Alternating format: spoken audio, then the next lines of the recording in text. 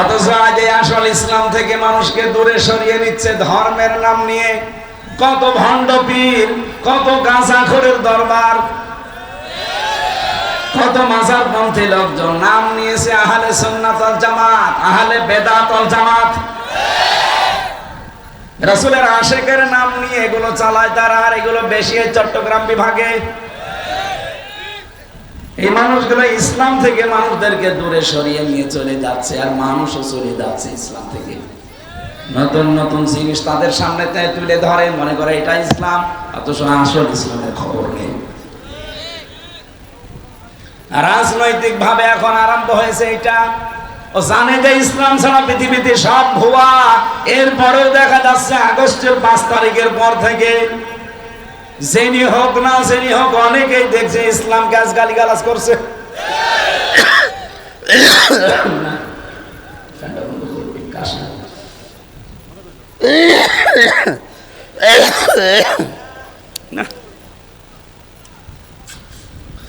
আর এই 5-6টা দিন গেলে বাসি আর হয় না। মাহফিলগুলো মনে করেন বন্ধ করে দিন। মানুষের তো না আসলেও মানুষ শুনতে চাই না, আবার আসলেও এই যে শরীরে চাপ দেয় না। আমার ভাইরা, রাজনৈতিক ভাবে এজন্য বলছি, বহু মানুষ কিন্তু শিক্ষিত জেনারেল যারা, এরা বিশ্বাসও করে, জানেও যে ইসলাম ছাড়া দুনিয়াতে আর কোনো ধর্ম সঠিক নেই। এরপর দুনিয়ার কোনো স্বার্থে হয়তো তারা এখন ইসলামকে, ইসলামের ধারক বাহক যারা আলেমদেরকে ধর্ম ব্যবসায় পর্যন্ত বলছে। আমি কি নিচে নামবো না বুঝে ফেলেছেন? হ্যাঁ, এই জন্য সেই মানুষগুলো ইসলাম থেকে আর দূরে সরে যাচ্ছেন। আপনি কি করতে পারবেন ইসলামের? আপনার কোনো কিছু করার ক্ষমতা নেই। আমার আল্লাহকে চ্যালেঞ্জ দেবেন না। সত্যি উনি যদি চ্যালেঞ্জ গ্রহণ করে, আপনার কপালের নিচে আপনি আগুন লাগাচ্ছেন। এতটুকু শেষ করেননি আল্লাহ, ফাসাউফা ইয়াতিল্লাহ। আল্লাহ বলেন সত্যি যদি কেউ আমার দিন থেকে ফিরে চলে যায়, আমি আল্লাহর প্রথম সিদ্ধান্ত হচ্ছে ফাসাউফা ইয়াতিল্লাহ। ফা দিয়েছেন আয়াতের মাঝে, এরপরে সাউফা আছে। আরবি গ্রামার যারা বসে জিজ্ঞাসা করেন ওদের, সিন সাফা কদ লাম এরকম 13টা শব্দ আছে আরবি গ্রামারে। কোন সেন্টেন্সের আগে যদি একটা আসে, বাংলা অর্থ হয় অতি তাড়াতাড়ি। আজ যারা বাংলাদেশে জেনারেল ভাবে, ধর্মীয় ভাবে বিভিন্ন কায়দা ইসলাম থেকে দূরে সরে যাচ্ছেন, আপনি বিশ্বাস করেন অতি শীঘ্রই ইয়াতিল্লাহু, আল্লাহ বলেন আমি নিজে নিয়ে আসবো, বিকৌমিন, এমন একটা দলকে, এমন একটা দল আমি তোমাদের উপরে নিয়ে আসতে যাচ্ছি, অতি শীঘ্রই তাদেরকে নিয়ে আসবো। ইউহিব্বুহুম, তাদেরকে আমি আল্লাহ নিজেই ভালোবাসবো, ওয়াইউহিব্বুনাহু, এবং তারাও আমাকে ভালোবাসবে। বলেন তো বাংলাদেশের সাথে একটা মিলছে? আমি তো দেখতে পাচ্ছি সামনে মিলে যাচ্ছে। আজ যারা ইসলামের ক্ষতি করার জন্য, নিজেদের স্বার্থ সিদ্ধির জন্য ইসলামকে পর্যন্ত ছাড় দিচ্ছেন না, গালি দিচ্ছেন, ছোট করার জন্য চিন্তায় আছেন। আপনি যে ইসলামকে গালি দেন, আলেমকে গালি দেন, ওটা কি হামজার গায়ে লাগে না সরাসরি রাসূলুল্লাহর গায়ে লাগে? আপনি কারে কি বলতে চান? আমি নামগুলো নিতে পারলাম না, দুঃখিত, আপনি হয়তো বুঝে ফেলেছেন। কত মানুষ আজ ইসলাম থেকে মানুষদেরকে দূরে সরায়, নিজেও সরে যায়, মনে করছে ইসলামের আমি ক্ষতি করে ফেললাম, এই দেশে ইসলাম আর আসতে পারবে না। ইসলাম কি হামজার বাবার নাকি? ইসলামের মালিক কি হামজা নিজে? আরে আমি তো একজন কামলা, খাদেম। ইসলামের ক্ষতি করো না, আমি চেষ্টা করে যাচ্ছি এটাকে দাঁড় করানোর। দাঁড় যদি হয় ভালো, না হলেও আমার কোনো লস নেই। আমার জীবনের শেষ দিন যেই দিন, ওই দিন আল্লাহ আমার বেতন দিয়ে দেবেন। আর দুনিয়াতে কি হবে? আল্লাহ বলেন যারা ইসলাম থেকে ফিরে যাবে, আমি আল্লাহকে যেহেতু তারা চ্যালেঞ্জ দিয়ে ফেলেছে, এই জন্য আমার প্রথম কাজ হবে একটা দল আমি তাদের উপরে তৈরি করে দেব, যারা আমাকে ভালোবাসবে এবং আমি আল্লাহ নিজে তাদেরকে ভালোবাসবো। আমার তো মনে হচ্ছে ঠিক আল্লাহ সেই রাস্তায় যাচ্ছে বাংলাদেশের দিকে। وَإِن تَتَوَلَّوْا يَسْتَبْدِلْ قَوْمًا غَيْرَكُمْ ثُمَّ لَا يَكُونُوا أَمْثَالَكُمْ। আল্লাহ রাব্বুল আলামিন বলেন, যদি তোমরা ফিরে যাও আল্লাহর দিন থেকে, তোমাদের এই জায়গায় এমন একটা জাতি আমি আল্লাহ তৈরি করে দেব, এমন একটা দল আমি আল্লাহ সৃষ্টি করব, যারা তোমাদের মতো হবে না। তোমরা যেমন মুনাফিক, তোমাদের মতো তারা হবে না। আসা রাব্বুকুম আইয়ারহামাকুম আইন হুত্তুম হুদনা ওয়াজআলনা লিল কাফিরিনা হাসিরা ওয়াজআলনা জাহান্নামা লিল কাফিরিনা হাসিরা। এটা সূরা বানী ইসরাঈলের 8 নম্বর আয়াতে আছে। সম্ভবত আল্লাহ পাক তোমাদের রব তোমাদের উপরে দয়া করবেন, এরপরে যদি তোমরা ওদের মতো আচরণ করো, আমি আল্লাহ কিন্তু তোমাদের সাথে ওই রকম আচরণ আবার শুরু করব। ওনার নাম আমি পছন্দ করে দিলাম আব্দুল্লাহ। তো লোকটাকে দেখে নিয়েছে, এই কারণে যে কষ্ট আমারও হচ্ছে, কিন্তু সঠিক ধর্মটা পাওয়ার পরে আমি এত আনন্দিত যে আমি আনন্দে কেঁদে ফেলেছি। যার যার ধর্ম, মিনাল্লাযীনা ফাররাকু দীনাহুম ওয়া কানু শিয়াআ কুল্লু হিজবিন বিমা লাদাইহিম ফারিহুন। সূরা রুমের ভেতরে আল্লাহ জানিয়েছেন, হে নবী, পৃথিবীতে যে যে ধর্মে আছে, যে যে দলে আছে, ও কিন্তু ওই দলের কর্মসূচি নিয়ে, ওই ধর্ম নিয়ে আনন্দে আছে। এই এখানে কথা বলে তারা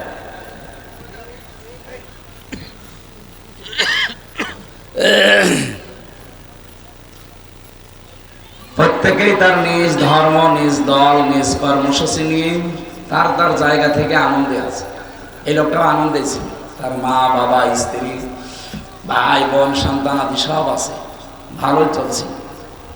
হঠাৎ করে কোরআনে কারিমের কফি পাওয়ার পর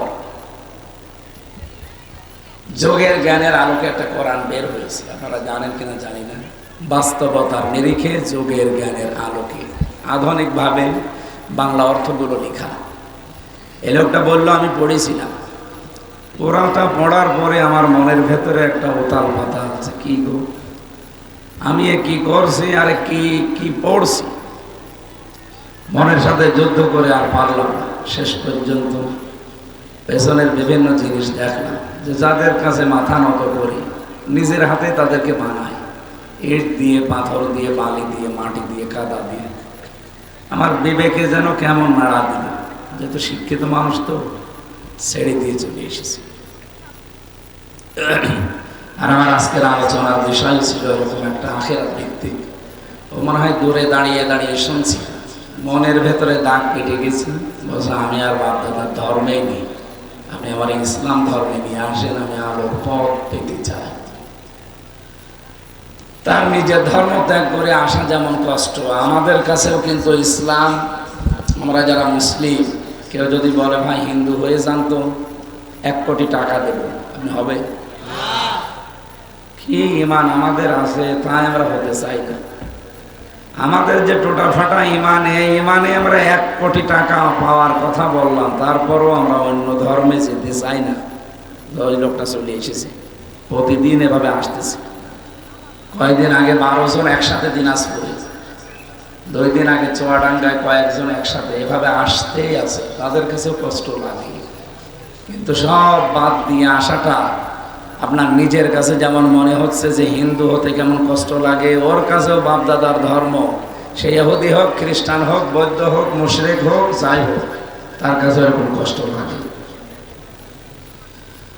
সব কিছু ছেড়ে দিয়ে তারা চলে আসে, কষ্ট লাগে। আমরা যেমন যেতে চাচ্ছি না, আমাদেরও কষ্ট লাগে। আল্লাহ আমাদেরকে এরকম পরীক্ষায় ফেলেনি, পাঠিয়েছিনি এমন ঘরে আমরা জন্মগতভাবেই মুসলমান। এই জন্য যারা মুসলিম পরিবারে এসেছি, খুশি হয়ে বলেন আলহামদুলিল্লাহ। যদি আল্লাহ আমাদেরকে হিন্দুদের ঘরে পাঠাতেন, কি কষ্ট হতো জানেন আপনি? নিজের ধর্ম, বাপ দাদা সব ত্যাগ করে আসতেন। এই জন্য যে আল্লাহ দয়া করে না বলতে আমাদেরকে তার মনোনীত, পছন্দনীয় ইন্নাদ দীনা ইনদাল্লাহিল ইসলাম, এই ধর্মে পাঠিয়েছেন। আর একবার বলেন আলহামদুলিল্লাহ। আগস্টের 5 তারিখের পর থেকে নতুন কিছু দেখতে পাচ্ছি, এই কারণে আমি এটা বারবার বললাম। আল্লাহ রাব্বুল আলামিন বলেন, ইয়া আইয়ুহাল্লাযীনা আমানু মাইয়ারতাদ্দা মিনকুম আন দীনিহি ফাসাউফা ইয়াতিল্লাহু বিকওমিন ইউহিব্বুহুম ওয়া ইউহিব্বুনাহু আদিল্লাতিন আলাল মুমিনিনা আইজ্জাতিন আলাল কাফিরিন। সূরা মাইদা 54 নম্বর আয়াতে আছে, আল্লাহ পাক বলেন, ওহে যারা ঈমানের দাবি করো, মাইয়ারতাদ্দা মিনকুম, তোমাদের ভেতরে কোন মানুষ যদি ফিরে যায়, ইরতিদাদ শব্দের শাব্দিক অর্থ হচ্ছে হক থেকে বাতিলের দিকে চলে যাওয়া। যারা জানো যে হক এই পৃথিবীতে ইসলাম, 4,500 ধর্মের লোক আছে এই দুনিয়ায়, একটাই মাত্র হক এবং সত্য ধর্ম, তার নাম, আরো জবান খুলে বলেন নাম কি? যারা জানো যে এটাই সত্য, এটাই হক, এরপরেও যে মানুষগুলো আন দীনিহি, আল্লাহর এই দিন থেকে ফিরে চলে যাও, আমি আল্লাহ কি করব জানো? এই এদিকে তাকান।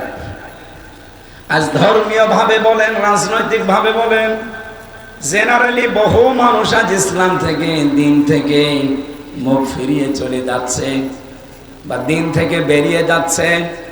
এমন এমন কাজ করছে যা করলে দিনে ইসলামে আর থাকা যায় না। আমার কথার অর্থ বোঝে? ধর্মীয় ভাবে এটা যেহেতু চট্টগ্রাম বিভাগে, এই বিভাগে এটা বেশি, বহু মানুষ ইসলামের নাম নিয়ে নতুন নতুন নিয়ম নীতি জারি করে সেদিকে ঝুঁকে পড়ছে। আসল ইসলামবাদ, কথা বলে থাকেন। আসল ইসলামের ভেতরে 3টা বিষয় আছে। কবরে যাওয়ার পরে যে 3টা আপনাকে জিজ্ঞাসা করা হবে, এগুলো আপনার সিলেবাস। সেইটা বাদ দিয়ে যেগুলো সিলেবাসে নেই, ওইগুলো আপনি জন্মের পড়া পড়ছেন, আপনি কি ফেল করবেন না পাস করবেন? পরীক্ষার আগে তো শিক্ষক বলেই দেয় যে এগুলো আসতে পারে, এগুলো সিলেবাসের ভেতরে পড়িয়েছি তোমাদের 1 বছর। আপনি সিলেবাস বাদ দিয়ে দুনিয়া পড়লেন, আল্লাহর কসম আপনি যত ভালো ছাত্র ছাত্রী হন, আপনি ফেল করবেন। 33 নাম্বারও তুলতে পারবেন না। কি 33 অন্তত তুলে পাস করতে হলে সিলেবাস পড়া লাগবে। সিলেবাসের প্রথম শব্দই কবরে যাবেন, ওখানে আল্লাহর ফেরেশতারা জিজ্ঞাসা করবে, মার রব্বুকা, তোমার রব কে? এখন নাই বলে ফেলছেন মার রব্বুকা, আল্লাহ না। এটা যে বলা কত কঠিন। 5টা বিষয় দুনিয়াতে আপনার জীবনে থাকা লাগবে, তারপরে কবরে গিয়ে বলতে পারবেন আমার রব আল্লাহ। 5টা বিষয়ের প্রথম নম্বরে রব মানে সৃষ্টিকর্তা, 2 নম্বরে রব মানে লালন পালনকারী, 3 নম্বরে রব মানে রিজিক দাতা, 4 নম্বরে রব মানে মাবুদ, 5 নম্বরে রব মানে আইন দাতা। এই 5টা জিনিস আপনার প্র্যাকটিক্যাল লাইফে আগে থাকা লাগবে। আপনি আসলে সৃষ্টিকর্তা আল্লাহকে মানেন কিনা, লালন পালনকারী হিসাবে আল্লাহকে আপনি বিশ্বাস করেন কিনা, নাকি আপনার চাকরি, আপনার ব্যবসা এরা আপনাকে পালে। 3 নম্বরে মাহবুদ, রিজিক দাতা। রিজিক দাতা হিসাবে পৃথিবীতে আমি কাউকে বিশ্বাস করি না, কারণ রিজিক সবগুলো বন্টন হয়ে আছে। আমি দুনিয়াতে আসার 50,000 বছর আগে আমার আল্লাহ লিখে রেখেছেন যে আমি কতটুকু রিজিক পাবো। কি এই রিজিকের দায়িত্ব হামজার? আরো জোরে বলেন। এটি বিচারের আমামিন দাব্বাতিন ফিল আরদি ইল্লা আলাল্লাহি রিজকুহা। পৃথিবীতে জমিনে বিচরণশীল এমন কোন জীব নেই যার রিজকের দায়িত্ব আল্লাহ নেয়নি। রিজিকের দায়িত্ব কিন্তু আল্লাহ নিজে নিয়ে নিয়েছে, সুতরাং এইটা নিয়ে চিন্তা আপনার করার দরকার নেই। আল্লাহ যেটা দায়িত্ব নেয়নি ওইটা নিয়ে চিন্তা করেন। আল্লাহ দায়িত্ব নেয়নি কোনটা? আল্লাহ পাক বলেন আমি দায়িত্ব নেইনি তোমার জীবনের কাজের, তুমি কি কাজ করবে ওইটার দায়িত্ব আমি নেইনি। সুতরাং এমন কাজ করবা যেটা নিয়ে পরকালে পার হওয়া যায়, এমন বোঝা তৈরি করবা না যে মরণের পরে নিজেই বহন করতে পারো না। এরকম আমার দেশে নেই? হ্যাঁ, উপায় আপনি করছেন, করেন।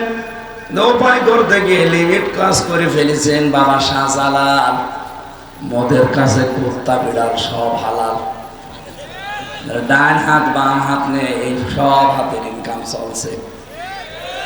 আপনি যে উপায়ান্তর করেন, হ্যাঁ আপনি মনে করছেন আমার এই বেতনে হয় না, এই জন্য আমি বাম হাতের ইনকাম করি, করেন। বাম হাতের ইনকামের দ্বারা আপনার যে গোনা পাপ হয়,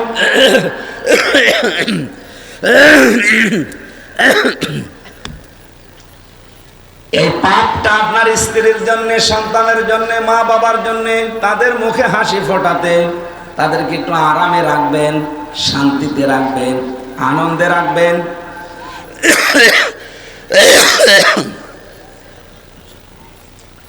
এ কারণে হয়তো আপনি এই কাজগুলো করেন, আমি জানি।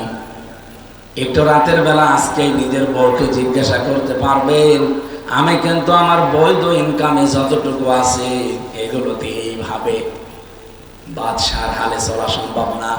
আমি যা করি তুমিও জানো, আমিও জানি, আমি বাম হাতের ইনকাম করি, আমি মানুষকে ঠকাই, তাছাড়া এইভাবে চলা তো সম্ভব না।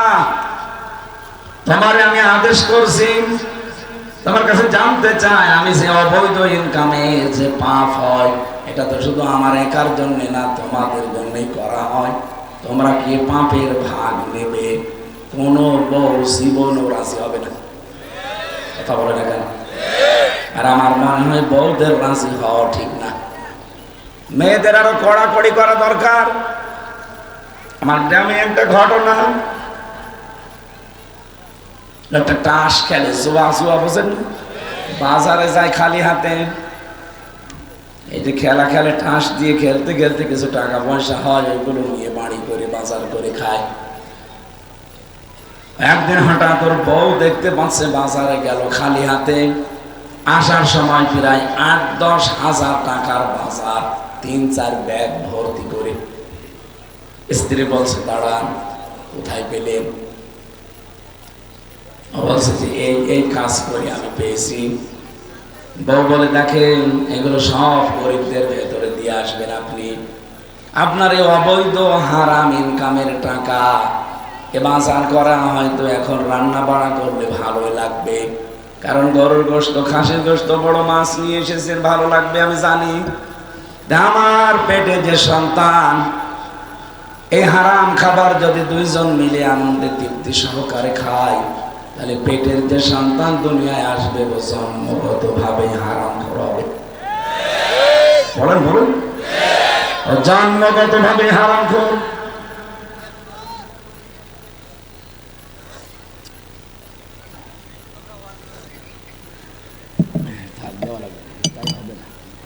শেষ হয়ে গেছে তো, সাহামাদি হবে না।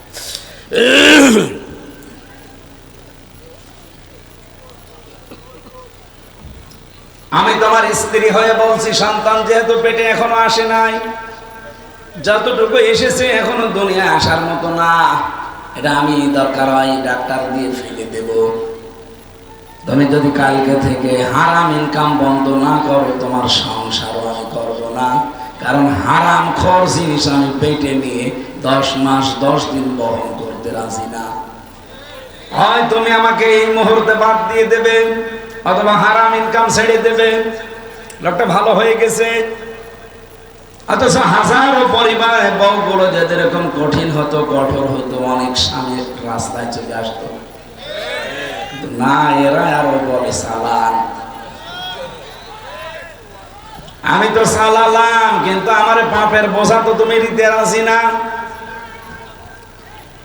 নোয়াখালীবাসী আমি আবার রিপিট করছি, যেটার দায়িত্ব আল্লাহ নিয়েছেন ওইটা নিয়ে আমাদের চিন্তা, কিন্তু যেটার দায়িত্ব আল্লাহ নেয়নি, কি কাজ কারবার করবো, এটার দায়িত্ব আল্লাহর না।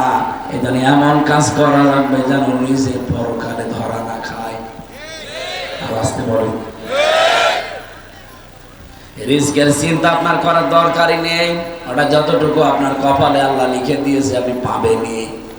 সুতরাং এই জন্য কোনো হারাম পথে পা বাড়ানো বুদ্ধিমান মানুষের কাজ না। 4 নম্বরে রব মানে মাবুদ। মাবুদ মানে কি? ইবাদত পাওয়ার যোগ্য। আপনি যদি দুনিয়াতে বলেন যে হ্যাঁ ইবাদত পাওয়ার শুধুমাত্র যোগ্য আল্লাহ, আর কেউ নেই, এটার উপরে যদি টিকে থাকতে পারেন কবরে বলতে পারবেন রব্বি আল্লাহ। 5 নাম্বারটা বড় কঠিন। রব মানে আইনদাতা। রব মানে আপনি নিজের বিবেক দিয়ে বলেন তো, এই কোরআনে আল্লাহ 500 আইন দিয়েছেন। কত বলেন বলেন? 56,000 বর্গ মাইলের দেশে একটা আইনও এখনো চলে না। আপনি যে মরে গেলে বলবেন রব্বি আল্লাহ, কিভাবে বলবেন? ফেরেশতারা কিন্তু উল্টা প্রশ্ন করবে, ওই কি করে বলিস রব্বি আল্লাহ? রবের 5 নাম্বার অর্থ হচ্ছে আইনদাতা। তোর পরিবারে, সমাজে, রাষ্ট্রে আল্লাহর আইন চলতো, কি বলবেন আপনি? বলবেন না। তার মানে নিজের কথাই নিজে ধরা খাবেন। কথা বলে না কেন? 2 নাম্বারটা তো আরো কঠিন। মা দিনুকা, তোমার জীবন ব্যবস্থা কি? দিন মানে শুধু ধর্ম না, দিনের 19টা অর্থ আছে। এগুলো আপনার প্র্যাকটিক্যাল লাইফে থাকা লাগবে, তারপর আপনি বলতে পারবেন দিনুন আল ইসলাম। 3 নাম্বারে মানহাজার রাজুল, এই লোকটা কে ছিল? আপনি যদি দুনিয়াতে মুহাম্মদুর রাসূলুল্লাহর আদর্শ মেনে চলতে পারেন, ওই লোকটাকে দেখেই বলবেন হাদা নাবিয়ুনা মুহাম্মদুর রাসূলুল্লাহ। খালি বাসি আমি যেটা বোঝাতে চাই 3টা বিষয় দিয়ে। আসল যেটা সিলেবাসে আছে ওইটার খবর আমাদের নেই। 5টা বিষয় না মানলে রব আল্লাহ বলতে পারবেন না। 19টা বিষয় না মানলে দ্বীনুল ইসলাম বলতে পারবেন না। আদর্শ একমাত্র মুহাম্মদুর রাসূলুল্লাহকে না মানলে হাসা নাবিয়ুনা মুহাম্মদুর রাসূলুল্লাহ বলতে পারবেন না। বলেছিল তোমাদের উপর আমি আল্লাহ দয়া করে রহমত করে নিয়ে আসলাম, তোমরাও যদি এখন এই দয়া পেয়ে আবার সালেমদের মতো আচরণ করো, উত্তম ওদনা, আমি আল্লাহ তোমাদের সাথে ওদের সাথে যা করেছি তাই করব। আর আমি আল্লাহ নিজে জাহান্নামকে কাফেরদের জন্য কারাগার বানিয়েছি।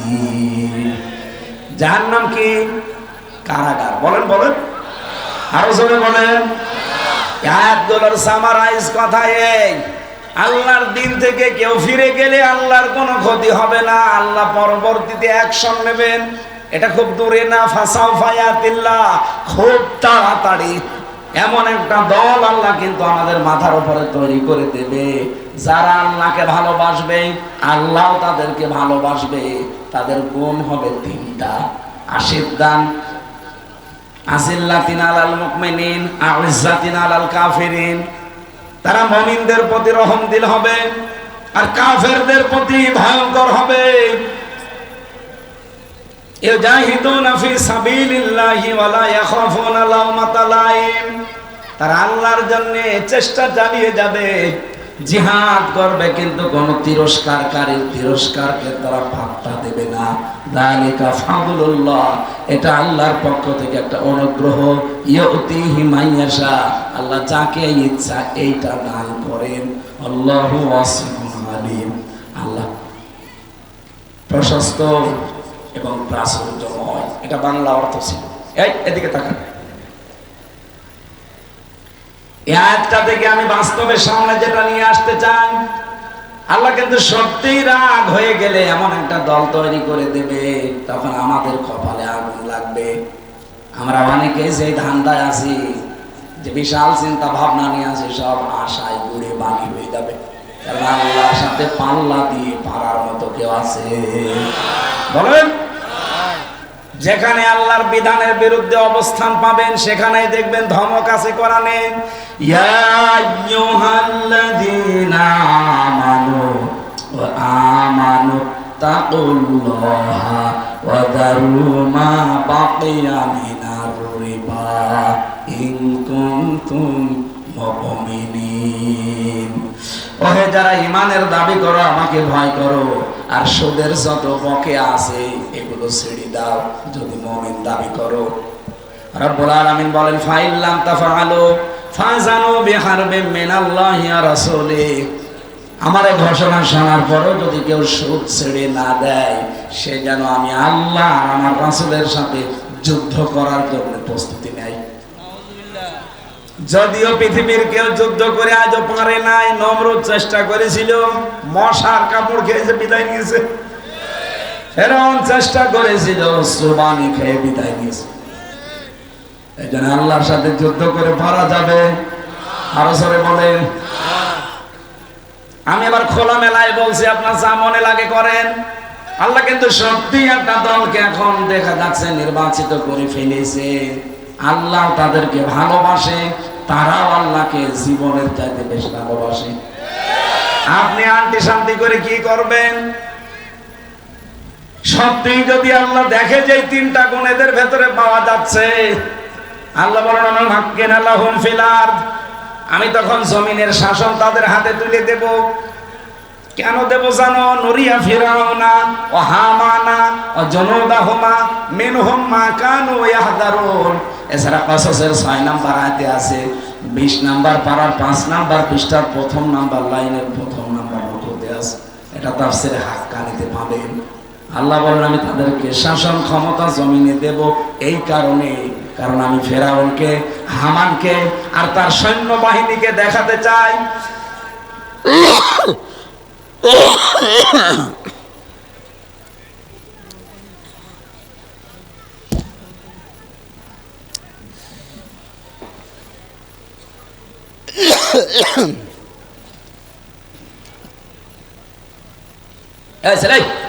আমার এখানে কাশির ভেতরে বসে রেখে চলছে, তুমি বসেন।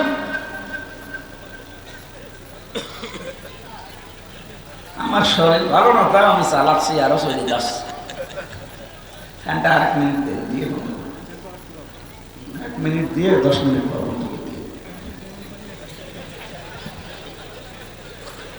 গরম পানিতে কিছুই হবে না, এরকম টিরাক গেলেও কিছু হবে। 3টা বছরে জালেমরা বললাম না, এমন কোন টর্চার নেই যা আমার 3.5 হাত বডির উপরে করে না। রিমান্ডে নিয়ে জেলখানার ওই ফাঁসির কন্ডেম সেলের ভেতরে নিয়ে 3 বছর কিছু আছে নাকি আমার শরীরে, শুধু খোলা পড়ে আছে। এই জন্য স্বাভাবিক হতে সময় লাগতে হবে। ওনাদের খাবার দাবার ভালো ছিল না তো, আর অধিকাংশ খাবারে ওরা কি যেন দেয়, এই যে স্যার ভালো জানে, ওই জগতের না, আমি খালি ধরে নিয়ে আসে।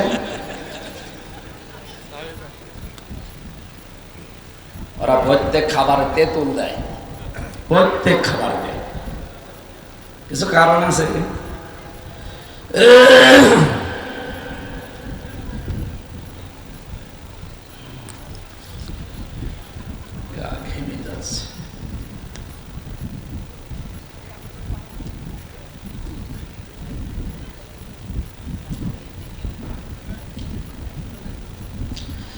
সুবহানাল্লাহ আলহামদুলিল্লাহ লা ইলাহা ইল্লাল্লাহ সুবহানাল্লাহ আলহামদুলিল্লাহ লা ইলাহা ইল্লাল্লাহ লা ইলাহা ইল্লাল্লাহ মুহাম্মাদুর রাসূলুল্লাহ। খালিবাসী আল্লাহ রাব্বুল আলামিন যদি অতি তাড়াতাড়ি এমন একটা দল এই দেশে এভাবে তৈরি করে দেয়, যারা নিজেদের ভেতরে রহম দিল আর কাফেরদের প্রতি কড়াকড়ি করবে, বলেন তো ওই রকম দলে শামিল হওয়ার দরকার নেই। এটা তো শুধু সামিয়ানার নিচে, বাইরে গেলেই শুধু বিড়ি আর চা পেলে আপনি আবার ভুলে যাবেন। আল্লাহ পাক বলেন অবশ্যই আমার এই দলটাকে আমি বিজয় করব। ফাইন্না হিজবাল্লাহি হুমুল গালিবুন, অবশ্যই আমার দল গালেব হবে। কাতাবাল্লাহু লা আগলিবান্না, লামে তাকিদ নুনে সাকিলা, 2টা গ্যারান্টি দিয়ে আল্লাহ জানিয়েছেন অবশ্যই আমি আল্লাহ আমার রাসূল গালেব হবে। আমি লিখে দিলাম, আমি লিখে দিয়েছেন আল্লাহ। এটা সূরা মুজাদালার 21 নাম্বার আয়াতের প্রথম অংশে আছে, 28 নাম্বার পারার 4 নাম্বার পৃষ্ঠার প্রথম নাম্বার লাইনে পাবেন। আল্লাহ বলেন আমি লিখে দিলাম, আমি আল্লাহ আমার রাসূল অবশ্যই বিজয়ী হবই। এই জন্য আমি আয়াতটা বাংলাদেশের সাথে মিলিয়ে দেখতে পাচ্ছি। আজ যারা ইসলাম থেকে দূরে চলে যাচ্ছেন, বিভিন্ন কায়দায়, আমি নাম নিলাম না, বললাম না, ধর্মীয় কায়দা, জেনারেল কায়দায়, রাজনৈতিক ভাবে যা, কোনো ক্ষতি নেই আল্লাহর। এদেশের মুসলমানদেরও কোনো ক্ষতি নেই, কারণ ইসলাম কায়েম করে দেখানো লাগবে, এটা ফরজ না, চেষ্টা করে যাওয়া ফরজ।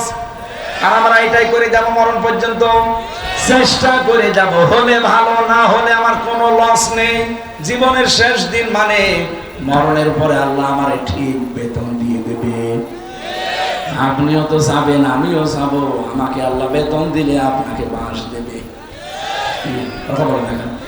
আমি বিরোধিতা করছি, বন্ধ করে দিন।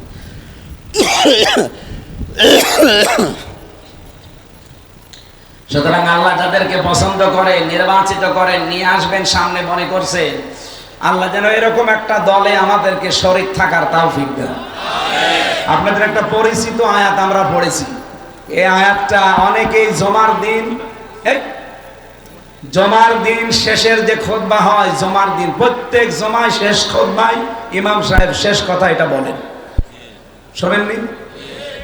এটা বললে আমরা উঠে নামাজের জন্য প্রস্তুতি নেই, কিন্তু ইমাম এখানে 4টা কথা আরবিতে আমাদেরকে শোনায়।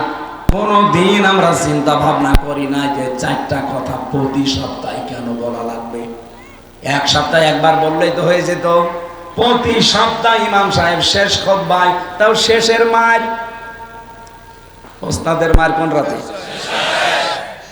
ওস্তাদের মার যেহেতু শেষ রাতে আমরা নিজেরাই বলছি, এই কথাটা সর্বশেষ ইমাম সাহেব স্মরণ করায় আমাদেরকে 4টা বিষয়। আজকে ওই 4টা বিষয় এখান থেকে নিয়ে বাড়ি যাওয়া লাগবে। এতদিন তো শুনেছেন আরবিতে, বোঝেন নাই, এখন বাংলায় বলছি। সূরা বাকারা 152 নম্বর আয়াত, রব্বুল আলামিন বলেন ফাযকুরুনি আযকুরকুম। ফা মানে অতঃপর, ফা মানে উযকুরনি, আল্লাহ বলেন আমাকে স্মরণ করো। আযকুরকুম, আমি আল্লাহ তোমাদের স্মরণ করব। আশকুরুনি, আমার শুকরিয়া আদায় করো। ওয়ালা তাকফুরুন, আমার নাফরমানি করবা না। কয়টা কথা? আমাকে স্মরণ করো, আমি স্মরণ করব, আমার শুকরিয়া আদায় করো, নাফরমানি করবা না। বোঝা হয়ে গেছে? তাহলে মোনাজাত করি। বলছে বোঝা হয়ে গেছে, তা আমি কি করবো এখন? এবার আমার প্রথম শব্দের ব্যাখ্যা। ফা মানে কি বললাম? অতঃপর। উযকুরনি, আল্লাহ বলেন আমাকে স্মরণ করো। এবার আসেন তো আমরা সবাই তাহেরি ভাইয়ের মতো একটু আল্লাহকে স্মরণ করি। কেন? অনিয়ত স্মরণ করে ইয়ালি বাবা, শাহ আলী বাবা, কেল্লা বাবা, ফতে বাবা। আমরা না করুন না বলে আল্লাহকে একটু স্মরণ করি। আল্লাহ আল্লাহ আল্লাহ আল্লাহ মনে হয় এখন আরো সে বসে আমাদের নাম নিয়ে বলবে বান্দা বান্দা, এরকম করবে কি? বিষয়টা এখানে প্রথম শব্দেই দেখবেন জাল কাফ র, জিকির। কি বললাম? হ্যাঁ, জিকির। জিকির এটা বাংলা বলতে। বাংলাদেশ সহ বিশ্বের বহু দেশে আল্লাহ ছোট বয়সে আমাকে নিয়ে গেছে। আমি শুধু বাংলাদেশ আর ভারত আর পাকিস্তান, এই 3টা দেশে দেখেছি এই জেকের নিয়ে ঝামেলা। যত মুরব্বী জেকের বলেই ফেলেছে শব্দটা জিকির। কি হবে? জিকির। এই শব্দটা নিয়ে এত ভেজাল, আর বেশি চট্টগ্রামে বিভাগে বেশি, আরো যে যেভাবে পারে সেভাবে জিকির করে। অথচ জিকির একটা ইবাদত। জিকির কি? বলেন। কেউ যদি জিকির করতে চায়, ইবাদত মনে করে, মাস্ট বি তাকে 4টা বিষয় সামনে রাখা লাগবে। কয়টা? এই 4টা বিষয় সামনে রেখে 4টা শব্দ দিয়ে জিকির করা লাগবে, তাহলে এটা জিকির হবে। আযকুর রাব্বাকা ফি নাফসিকা তাদাররুআ ওয়া খিফাতাও ওয়া দুনাল জাহরি মিনাল কওলি বিল গুদুবি ওয়াল আসর ইলা আখির আয়াত। সূরা আরাফের 205 নম্বর আয়াতে পাবেন রব্বুল আলামিন বলেন, হে নবী, আপনার রবের জিকির করবেন মনে মনে, ভেতর সন্তুষ্ট, কান্না জড়িত কণ্ঠে, আর উচ্চ আওয়াজ বাদ দিয়ে। তাহলে জিকির যদি ইবাদত হিসাবে কেউ করে, কয়টা পদ্ধতি পেলাম? আরো জোরে। এক নম্বরে মনে মনে, বলুন বলুন, ওই যে 1 2 তে মক্তবে পড়ে ছেলেরা, অজুর কয় ফরজ, বলেন বলেন, ওইভাবে মুখস্থ করে বাড়ি যাবেন। আন্দাজে কেউ জিকির দিয়ে দিল আর আপনি জিকির করবেন, ইবাদত হবে না, জীবনও না।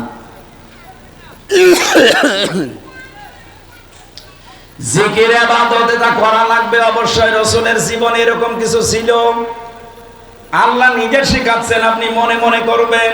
2 নম্বরে যদি করতে চান, ভীত সন্তুষ্ট হয়ে, কান্না জড়িত কণ্ঠে। কি কথা বুঝতেছেন? 4 নম্বরে দোনাল জাহারি মিনাল কওলি, উচ্চ আওয়াজ বাদ দিয়ে চিল্লা পাল্লা করা যাবে না। বলেন তো, এই 4টা নিয়ম যে দরবারে চলে, ওই দরবারের জিকির খাঁটি না? মানে এই 4টা নিয়ম মেনে যারা জিকির করে, ওইটাই হক দরবার। এই 4টার বাইরে যাদের জিকির, মনে করবেন ওটা ওদের বানানো। বাংলাদেশের 48,000 দরবার, শুধু বাইতুল শরফ চট্টগ্রামে আমি পেয়েছি। এই 4টা জিনিস ফলো করে তারা জিকির করে। বাকি কোন জায়গায় আমি এখনো দেখিনি যে 4টা মানে। এত জোরে জোরে জিকির করে, কাপড় খুলে যাইতে পায় না। আমি এখন ফটো ছড়িয়ে এসেছিলাম ওই 15 সালে 16 সালের দিকে। এই যে দেখি এক মুরব্বী লাফাচ্ছে, আমি ওরে হাত চেপে ধরে বললাম, মুরব্বী লাফান। লাফান মানে জিকির করছে। এত লাফিয়ে তো টেনশনে আছে, জান্নাত পাবো কিনা।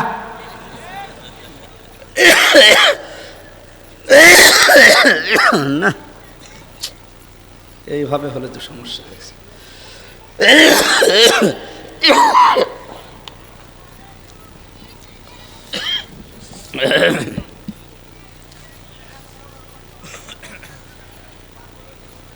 এই জন্য মনে করছিলাম যে ফরিদপুর থেকে বাড়ি চলে যায়, না আসলে তো আবার আপনারা গালিগালাজ করেন। এসে কি করবো বলেন, এই অবস্থায় নিয়ে মাহফিলে আসা যায়? এত কষ্ট করে কথা বলা যায় না। বিষয় বোঝাতে হবে তো শরীর স্বাভাবিক থাকা লাগবে।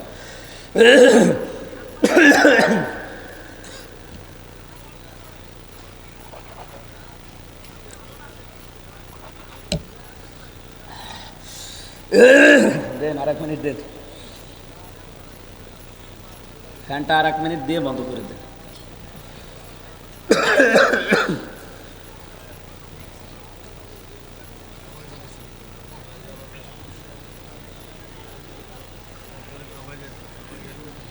ভেতরে জ্বর তো ঘেমে যাচ্ছে, ঘাম গায়ে বসে গেলে গলা বসে যাচ্ছে, চারিদিকে ঝামেলা আছে। শরীর হয়ে গেছে সে রওশনের সাথে। হ্যাঁ, রওশনের সাথে কিরকম দেখেন, হাসিনা আমারে ধরে ওই রওশনের সাথে নামিয়ে দিয়েছে। আরে ভাই, ফ্যান চলছে কি এত রওশনের সাথে কত চলছে? এদিকে দেন, 1 মিনিট পরে বন্ধ করে দিই। জিকিরের শব্দ পেয়েছি আমরা হাদিসে 4টা, সুবহানাল্লাহ, আলহামদুলিল্লাহ, লা ইলাহা ইল্লাল্লাহ, আল্লাহু আকবার। এর বাইরে জিকিরের কোনো শব্দ নেই। এই যে হু হু, এটা বানানো। এখন বলছেন এটা জিকিরের শব্দ কয়টা? সুবহানাল্লাহ, আলহামদুলিল্লাহ, লা ইলাহা ইল্লাল্লাহ, আল্লাহু আকবার। খুব বেশি হলো আপনি আরো 2টা শব্দ যোগ করতে পারবেন, এগুলো হাদিসে আছে। যদি ওটা জিকির না, ওটা দোয়া দরুদ, যেমন লা হাওলা ওয়ালা কুওয়াতা ইল্লা বিল্লাহ আর আস্তাগফিরুল্লাহ ওয়া আতুবু ইলাইহি, এগুলো জিকির না, এগুলো শব্দ দোয়া দরুদ। কিন্তু জিকিরের শব্দ কয়টা? 4টা। জিকিরের সিস্টেম কয়টা? 4টা। হ্যাঁ, হ্যাঁ, সিস্টেমও 4টা, শব্দও 4টা, কারণ এটা একটা ইবাদত। নামাজ যেমন ইবাদত, তার একটা সিস্টেম আছে না? বলেন। আমি নামাজে দাঁড়িয়ে যদি পেছনে তাকিয়ে থাকি হবে? আপনার তাকানো লাগবে সেজদার দিকে, যেহেতু ইবাদতের একটা নির্ধারিত নিয়ম আছে। কি কথা বলেন এখানে? জিকির ইবাদত হিসাবে করলে নির্ধারিত নিয়ম মানা লাগবে। আর যদি এমনি ফাইজলামি করেন তাহিরের মতো, তাহলে নাচেন, কোনো অসুবিধা নেই। যত নাচবেন তত সওয়াব পাবেন। অত মনে করে তাই যত লাফাবো। যে মুরব্বী বলছিল যে কিসের হাত ধরেন আপনি, আমি তো জিকির করছি, এত লাফিয়ে তো টেনশনে আছে জান্নাত পাবো কিনা। তার মানে ওর পীর সাহেব ওরে লাফানো শিখিয়েছে যে যত লাফাবি তত নাকি পাবি। মুরব্বী কাপড় আছে কি নেই দেখার দরকার নেই, ফরজ তরক হয়ে যাচ্ছে, জিকির ছাড়বে না। এবার আসেন জাল কাফর জিকিরের ব্যাখ্যায়। এদিকে তাকান। পড়া কোরআন শরীফ, আমি যেহেতু অনার্স মাস্টার্স আমার ছিল এটার উপরে, পড়া কোরআন শরীফ আমার অন্তত আমার এই ছোট্ট ব্রেনের ভেতরে আয়নার মতো আল্লাহ সাজিয়ে দিয়েছেন। পড়া কোরআন শরীফের যত তাফসীর আমি পড়েছি, সামারাইজ করে পড়া কোরআনে জিকিরের অর্থ পেয়েছি 5টা। কয়টা? এই 5টা অর্থের সাথে আপনার জিকির মেলা লাগবে। 1 নম্বরে জিকিরের অর্থ কোরআন শরীফ। জিকির মানে আমার নিজের কথা না, আল্লাহ নিজে দলিল দিয়েছেন। সূরা হিজরের ভেতরে 9 নম্বর আয়াতে পাবেন। এটা 14 নম্বর পারার 1ম নাম্বার পৃষ্ঠার 8 নম্বর লাইনে আছে। ফাদ ইন্না নাহনু নাযালনা যিকরা ওয়া ইন্না লাহু লাহাফিজুন। অবশ্যই এই জিকির, এই কোরআন আমি আল্লাহ নাযিল করেছি, আর এই জিকিরকে আমি আল্লাহ নিজে হেফাজত করব। তাহলে জিকিরের প্রথম অর্থ কি? আরো জোরে। আপনি যদি জিকির করতে চান এটা পড়া লাগবে। কি এর চাইতে উত্তম জিকির দুনিয়ায় আছে? আর 40 বছর পীরের মুরিদ হয়ে জিকির করে বেড়াচ্ছে, কোরআন শরীফের একটা আয়াত পড়তে পারে না। এরকম মুরিদ দেশে নেই? আর জিকির হচ্ছে না। জিকিরের প্রথম অর্থ আবার বলেন কি? বলেন বলেন। জিকিরের 2 নম্বর অর্থ উপদেশ। জিকির মানে এটা সূরা কফ 26 নাম্বার পারা 19 নাম্বার পৃষ্ঠা 12 নাম্বার লাইনের শেষ নাম্বার রুকুর 45 নাম্বার আয়াত কোরআনে কারীমের 50 নাম্বার সূরায় পাবেন। ফাযাক্কির বিল কুরআনি মাইয়াখাফু ওয়াঈদ। সৈয়দ মনীষা ডোর by the holy Quran, him who fears my threat. আল্লাহ বলেন, হে নবী, মানুষকে যখন উপদেশ দেবেন আপনার পুরা উপদেশ হবে আমার কোরআন কেন্দ্রিক। কোরআন দিয়ে উপদেশ দিলে কি হবে জানেন? পৃথিবীতে যাদের ভেতরে আমি আল্লাহর ধমকের ভয় আছে, ফ্রেশ মাই থ্রেট, যাদের আল্লাহর ধমকের ভয় অন্তরে আছে, কোরআন দিয়ে উপদেশ দিলে তাদের কাজ হবে। এই জন্য আপনি দেখবেন বাপদাদার কিচ্ছা কাহিনী সারা জীবন বলবেন, ওর মন নরম করাতে পারবেন না। কোরআনে কারিমের আয়াত পড়ে ব্যাখ্যা করেন, দেখেন যত কঠিন হৃদয়ের মানুষ আস্তে করে নরম হয়ে যাবে। সোনাকে সারা জীবন যদি আপনি আগুনের ভেতরে রাখেন গলাতে পারবেন না। ওর উপরে সোনা সোহাগা ছিটিয়ে দেন, পানি হয়ে যাবে। এক কথা বলেন না কেন? মানুষের অন্তর আল্লাহ ঠিক ওইভাবে বানিয়েছে। বাবার কাহিনী দিয়ে বাবাকে মানুষকে নরম করতে পারবেন না, কোরআনের কাহিনী তাকে শোনানো লাগবে, কারণ এটা পুরাপুরি আল্লাহর মুখ থেকে বের হওয়া বাণী। সুবহানাল্লাহ বলতে পারেন? আজ আমাদের উপদেশগুলো কোরআন কেন্দ্রিক নেই। বাংলাদেশে বহু ওয়াজ হয় বহু তাফসীরের নাম নিয়ে। অনেক তাফসীর করছেন কুল হুয়াল্লাহু আহাদ, আয়াত পড়ছে ঠিক, ব্যাখ্যায় যে বলে হে নবী আপনি বলেন আল্লাহ এক, এবার আস্তে করে রাস্তা বাদ দিয়ে চলে যাবে বাইপাস রোডে। এই নবী কোন নবী? ফাতেমার বাবা। এ নবী ফাতেমা কোন ফাতেমা? এটা হাসান হোসাইনের মা। এ হাসান হোসাইন কে? জান্নাতের সর্দার। এ আবার কে? আপনাদেরকে এবার আমি হাসান হোসাইনের জীবন কাহিনী শোনাবো মাত্র 2.5 ঘন্টা। আয়াত পড়েছে কি? কুল হুয়াল্লাহু আহাদ। আর তাফসীর হচ্ছে কারবালা। এজন্য আমাদের আজকে থেকে সিদ্ধান্ত নেওয়া লাগবে, আমরা কোরআন শুনতে যাব। বিশেষ করে নোয়াখালী আর কুমিল্লা, সারা বাংলাদেশে আমরা জানি এই 2 জেলায় আলেম বেশি। কি করেন আপনারা? যারা আসবে বলবেন কোরআন শরীফ হাতে নেন, এক একটা শব্দের 8টা 10টা 20টা করে অর্থ বের করেন। তাফসীরের নাম বলে বলে আপনি আধা ঘন্টা কথা বলেন, কিন্তু আমাদেরকে তাফসীর শোনানো লাগবে। কোন বাবা আকাশ দিয়ে উড়ে গেছে, কোন বাবা পানির নিচে ডুব খেয়েছে, ওসব বাদ দিন। এত কষ্ট করে রাত জেগে বসে আছি বাবার কাহিনী শোনার জন্য না। জিকিরের অর্থ উপদেশ, উপদেশ দেওয়া লাগবে কি দিয়ে? আর সবাই যদি কোরআনের উপদেশ দিতে পারতাম, বাংলাদেশে 15.5 বছরে কোরআন বাধা দেওয়ার ক্ষমতা কেউ রাখতো না। আগামীতে কোরআনের উপদেশই চলবে, কিয়ামত পর্যন্ত বাংলাদেশে কেউ কোরআন বাধা দেওয়ার ক্ষমতা রাখবে না ইনশাআল্লাহ। জিকিরের 3 নাম্বার অর্থ, জিকির মানে নামাজ। জিকির মানে বলেন বলেন জমার দিন দেখবেন একটা আওয়াজ আসে মসজিদ থেকে, ইদান ওদিয়া লিসসালাতি মিয়াউমিল জুমআতি ফাসাউ ইলা যিকিরিল্লাহ।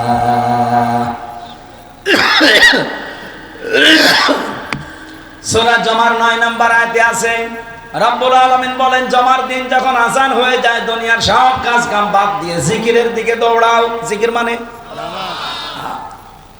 যার জীবনে নামাজ নেই তার জীবনে জিকির কিসের? কত দরবারে আছে নামাজ চলে না, শুধু জিকির। তাও জাত মতো জিকির না, বানানো জিকির। কথা বলেন কেন? লেমন বাবার মুরিদ আমি, নামাজ কালাম লাগে না। পানির নিচে বাতি চলে, ঝড় বাতাসেও লেবে না। কে বাতি জ্বালিয়েছে পানির নিচে, ঝড় বাতাসেও লেবে না। এমন বাবার মুরিদদের নামাজও লাগে না। চলো পোড়া ভান্ড না, খালি জিকির করে না, হবে না ভাই। জিকিরের অর্থ নামাজ। যার জীবনে নামাজ নেই তার জীবনে জিকিরও নেই। আউয়ালু মা ইউহাসাবু বিহিল আবদু ইয়াউমাল কিয়ামাতিস সালাত। কিয়ামতের দিন সর্বপ্রথম আল্লাহ পাক নামাজের হিসাবটা ধরবেন। এজন্য নামাজ জীবনে ছাড়া যাবে না। মেয়েদের যখন সন্তান দুনিয়ায় আসে, প্রথমে কিন্তু রক্ত আসে না, পানি দেখা যায়। লজ্জাস্থানে পানি যখন আসে, মারে ঝরাইতে পানি আসলে সন্তানের মাথা যদি বের হয়ে যায়, বিশ্বনবী জানিয়েছেন তোলার ভেতরে, খেড়ের ভেতরে নরম কোন জায়গায় সন্তানের মাথাটা বিছিয়ে দাও, ওই মহিলাকে বলো যে নামাজ পড়া লাগবে। আপনি টের পাচ্ছেন কি বললাম? ওই সময় তো জীবন মরণ নিয়ে টানাটানি, বাঁচবে কি মরবে বলা যায় না। তারপরও নবীজি বলেন সন্তানের মাথা যদি বের হয়ে যায়, তোলার ভেতরে দরকার হয় বিছিয়ে দাও। মেয়েটাকে বড় নামাজ পড়ে নিতে, এর বড় ফরজ নামাজ মাপ নেই। আর আপনি ভালো মানুষ, চার দোকানে চা খেতে খেতে নামাজ পড়ে না। আপনি কে জবাব দেবেন? মরে গেলে নামাজেরটা, অন্যান্য সব বাদ দিলাম। মানুষের 3.5 হাত বডির দিকে তাকালেই তো মনে হয় আল্লাহ বানিয়েছেই মনে হয় নামাজের জন্য। আপনি দেখেন এভাবে সুন্দর করে হাত দিয়ে, পা দিয়ে, কপাল দিয়ে, দুনিয়ায় কোন সৃষ্টি আজ পর্যন্ত সেজদা দিতে এইভাবে পারে না। আপনি প্রতি সৃষ্টির দিকে তাকান, গাছ পারে, মাছ পারে, হাঁস পারে না, কেউ পারবে না। আল্লাহ মানুষকে বানিয়েছেই মনে আছে সেজদা দেওয়ার জন্য। হযরত মুসা নবীর কাছে এক জেনাকারিনী মহিলা এসে বলেছিল, হে নবী, আমি যৌবনের তাড়নায় জিনা করে ফেলেছি, সন্তান এটি ছিল পেটে, গোপনে গোপনে মাংস করেছিলাম, ডেলিভারি করার পরে ওটা আষাঢ় দিয়ে মেরে ফেলেছি। আমার মতো অপরাধী দুনিয়ায় কেউ আছে? আমার মতো নিকৃষ্ট আর কেউ আছে? হযরত মুসা এমনিতে রাগী নবী, যেই শুনেছে জেনাকারিনী আবার সন্তান আষাঢ় দিয়ে মেরে ফেলেছে, গেছে রেগে। আল্লাহর হুকুমের তোয়াক্কা না করে একটু ভরসা করে থাকবে না, একবারেই রায় দিয়ে দিলেন যে তোমার মতো নিকৃষ্ট মানব দুনিয়ায় নেই। সঙ্গে সঙ্গে জিবরাইল এসে বলে, ইয়া মুসা কালিমুল্লাহ, হে আল্লাহর নবী মুসা, আল্লাহ আমাকে পাঠিয়েছেন যে এই মহিলার চাইতে নিকৃষ্ট মানুষ আল্লাহর কাছে আছে। মুসা নবী বলে, ইয়া আখি জিবরাইল উনজুর ইলাইকা, ও ভাই জিবরাইল আমার দিকে তাকান, কি বলেন আপনি? যে এই মহিলার চাইতে নিকৃষ্ট মানুষ আবার দুনিয়ায় কে? জিবরাইল বলে এটা বলার জন্য আল্লাহ আমার পাঠিয়ে দিয়েছে আরশ থেকে তাড়াতাড়ি করে, এই মহিলার চাইতে আল্লাহর কাছে নিকৃষ্ট ওই মানুষটা যে লোকটা সুস্থ থাকার পর নামাজ পড়ে না। নামাজ না পড়া মানুষ হত্যা করার চাইতেও খারাপ কাজ, নামাজ না পড়া জেনা করার চাইতেও খারাপ কাজ। নামাজ বাদ দেওয়া যাবে না, ফরজ নামাজ বিশেষ করে। সময় না থাকলে সুন্নত নফল পরে পড়ে নেবেন, কিন্তু ফরজ নামাজ মাস্ট বি আপনাকে পড়াই লাগবে। কি কথা বলেন? নবীজি বলেন কোন মানুষ যদি নারী পুরুষ প্রাপ্তবয়স্ক হওয়ার পরে নামাজ ছেড়ে দেয়, আল্লাহ নিজে বলেন ওর দায়িত্ব আমি আল্লাহ ছেড়ে দিই। আর বাংলার মুসলমানরা যেহেতু রাষ্ট্রীয়ভাবে নামাজ এখনো কায়েম হয়নি, রাষ্ট্রীয়ভাবে নামাজ কায়েম হলে জীবনে নামাজের ওয়াজ করতাম না। যতদিন এই দেশে রাষ্ট্রীয়ভাবে নামাজ কায়েম না হয় ততদিন অন্তত হাতে পায়ে ধরে বলছি নামাজটা বাদ দিন না, আল্লাহ দায়িত্ব ছেড়ে দেবে।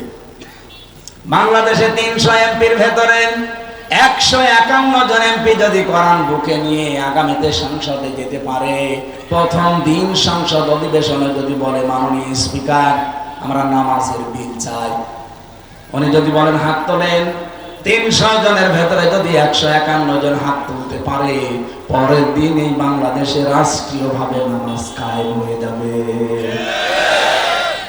আপনি হয়তো এই লোকটাকে এমপি বানাতে একটা ভোট দিয়েছিলেন, কিন্তু ওনার হাত তোলার কারণে নামাজ আজ কায়েম হয়েছে দেশে। 18 কোটি মানুষ তার পরের দিন নামাজ পড়বে। আপনি ওই একটা ভোট দেওয়ার কারণে 18 কোটি মানুষের নামাজের সওয়াব পেয়ে যাবেন। এটা অনেকে রাজনীতি মনে করে, কেন রাজনীতি হবে এটা? আপনার ভোট পেয়ে লোকটাই ক্ষমতায় গিয়ে যদি মদের আইন পাশ করে, ও যদি জেনারেল করে, ওটার দ্বারা যদি গোনা শুধু ওর না আপনারও হয়, তাহলে নামাজের আইন পাশ করলে ওর হবে কেন? আপনারও হবে।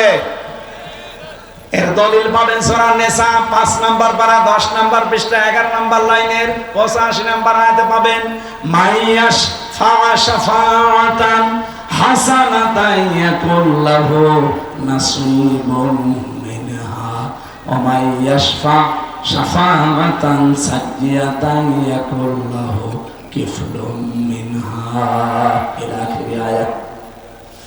আমি নামাজের বিষয়ে বিস্তারিত আর যেতে পারলাম না। 4 নম্বরে জিকিরের অর্থ হচ্ছে আল্লাহর আইন।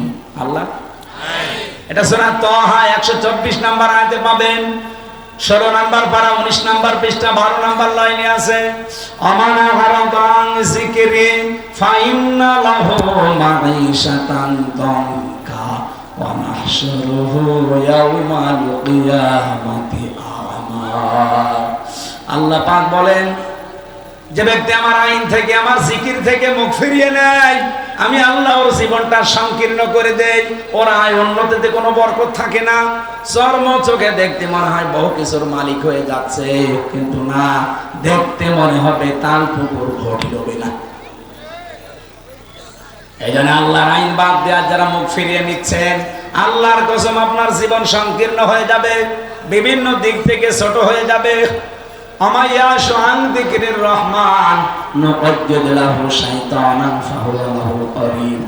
সূরা যুখরুফের 36 নম্বর আয়াতে আছে, কোন মানুষ যখন আল্লাহর জিকির আল্লাহর আইন থেকে মুখ ফিরিয়ে নেয়, তার পেছনে আল্লাহ একটা শয়তান নিযুক্ত করে দেয়। জিকিরের 4 নম্বর অর্থ আল্লাহর আইন, আল্লাহ আইন। জিকিরের 5 নম্বর অর্থ এই আয়াতে যেটা আছে স্মরণ।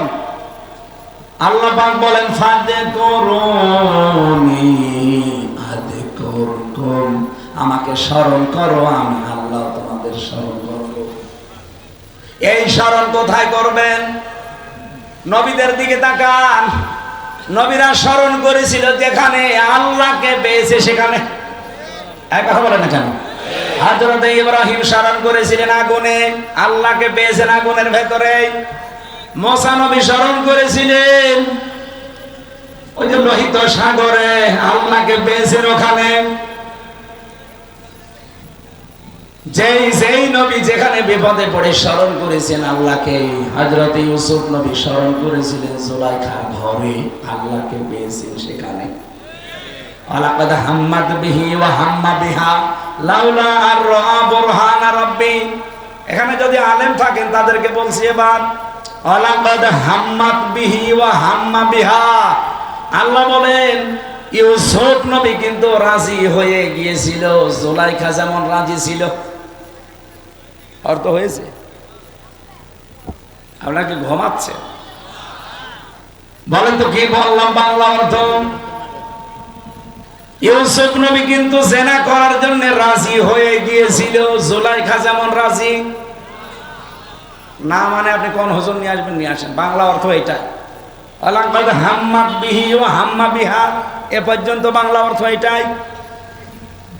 একজন পুরুষ একজন নারী, দুইটা শব্দ আল্লাহ দিয়েছেন। ওয়ালাকাদ হাম্মাত বিহি ওয়া হাম্মা বিহা। জুলাইখা যেমন জেনা করার জন্য সব খুলে রাজি, ইউসুফও রাজি হয়ে গিয়েছিল। বাংলা অর্থ প্রতিটি তাফসিরে এটা লেখা আছে। এখন এখানে জিকির কি? লাউলা আর বুরহান রাব্বি, যদি তার রব তাকে কিছু বুরহান মানে দলিল না দেখাতেন। কি দলিল দেখিয়েছিলেন? আল্লাহ রাব্বুল আলামিন বলেন, আমি হযরত ইউসুফকে প্রথম দলিল দেখালাম, জিবরাইলকে দিয়ে একটা চিঠি পাঠিয়ে দিলাম ওই ঘরের ভেতরে, যেখানে 7টা দরজায় তালা লাগানো। এরকম একটা ঘরের ভেতরে একটা চিঠি পাঠিয়েছে জিবরাইল দিয়ে, বলছে ইউসুফ এইদিকে তাকাও। ওখানে লেখা ছিল, আমি তোমার মালিক বলছি ইউসুফ, তুমি কিন্তু জেনা করতে পারো না। এটা তাফসীরে জালালাইনের বর্ণনা। 2 নম্বরে হযরত ইয়াকুব আলাইহিস সালাম ইউসুফ নবীর বাবা এসে ডাক দিয়ে বলে, ইউসুফ আমি তোমার বাবা বলছি তুমি কিন্তু জেনা করতে পারো না। ছেলে যতই খারাপ হোক বাবার সামনে এই কাজ করবে। এরকম নিদর্শনগুলো একটা একটা করে যখন দেখলেন, হযরত ইউসুফ আলাইহিস সালাম মনের ভেতরে একটা টেনশন, আমি যে 2টা জিনিস পর দেখে ফেলেছি। আল্লাহ রাব্বুল আলামিন তখন তাকে ইশারা দিলেন জিবরাইলকে দিয়ে, সামনের দিকে দৌড় দাও। ইউসুফ নবী মনে মনে সিদ্ধান্ত নিয়েছিলেন, দৌড় দিয়ে কি করব, 7টায় তো তালা লাগানো। হযরত ইউসুফের মনের ভেতরে যে আল্লাহ পাক তৈরি করে দিলেন জিকির, কারণ উনি স্মরণ করছিলেন কাকে? এটার নাম জিকির। ইউসুফ নবী স্মরণ করেছেন, যেখানে দেরি করেন না, আল্লাহ সঙ্গে সঙ্গে জবাব দিয়েছেন, আকালা রাব্বুকুম উদউনি আস্তাজিব লাকুম, আমাকে ডাকো আমি ডাকের সাড়া দেব। আমাদের ডাক যদি ইউসুফ নবীর মতো হয়, ইব্রাহিম নবীর মতো হয়, ইসহাক নবীর মতো হয়, ইদ্রিস নবীর মতো হয়, জাকারিয়া নবীর মতো হয়, আল্লাহর কসম আজ ওই আল্লাহ আমাদের জিকিরের স্মরণে সাড়া দিতে পারে। আমাদের জিকির হয় না। এটাতে কোরআন দিয়ে গেল 5টা অর্থ জিকিরের। এবার হাদিসে আছেন, হাদিসে আমি পেয়েছি জিকিরের অর্থ 27টা। কয়টা?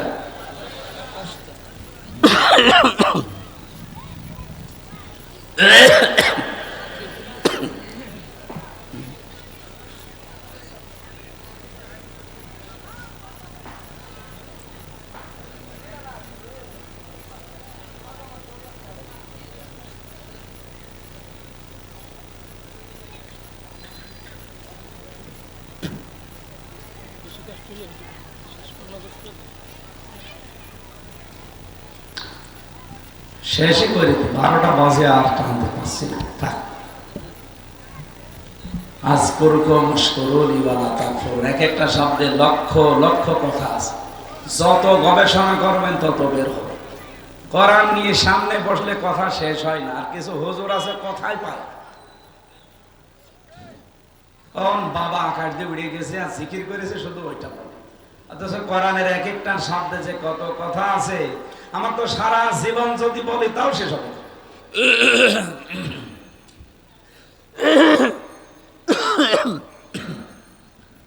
সম্মানিত ভাইরা, জিকিরের হাদিসের যে অর্থগুলো আছে, এটা তাফসীরে ইবনে কাসির দেখবেন 27টা বিষয় আছে। ওরা কোরআন শরীফ থেকে এগুলো নেওয়া, সিয়াসিত্তার হাদিস থেকে এইগুলো নিয়ে আসা। হাদিসের ভাষায় জিকিরের অর্থ যেগুলো আছে, এই জিকির করা লাগবে জীবনে। এরপরে অশকুরুলি, শুকরিয়া আদায় করার নিয়ম হচ্ছে 7টা। ওয়ালা তাকফুরু, নাফরমানি করা যাবে না। 3টা জায়গায় বিশেষ করে নাফরমানি করা যাবে না। এই কথাগুলো আগামীতে আবার কোনো জায়গায় আসলে আমরা তাফসীর করে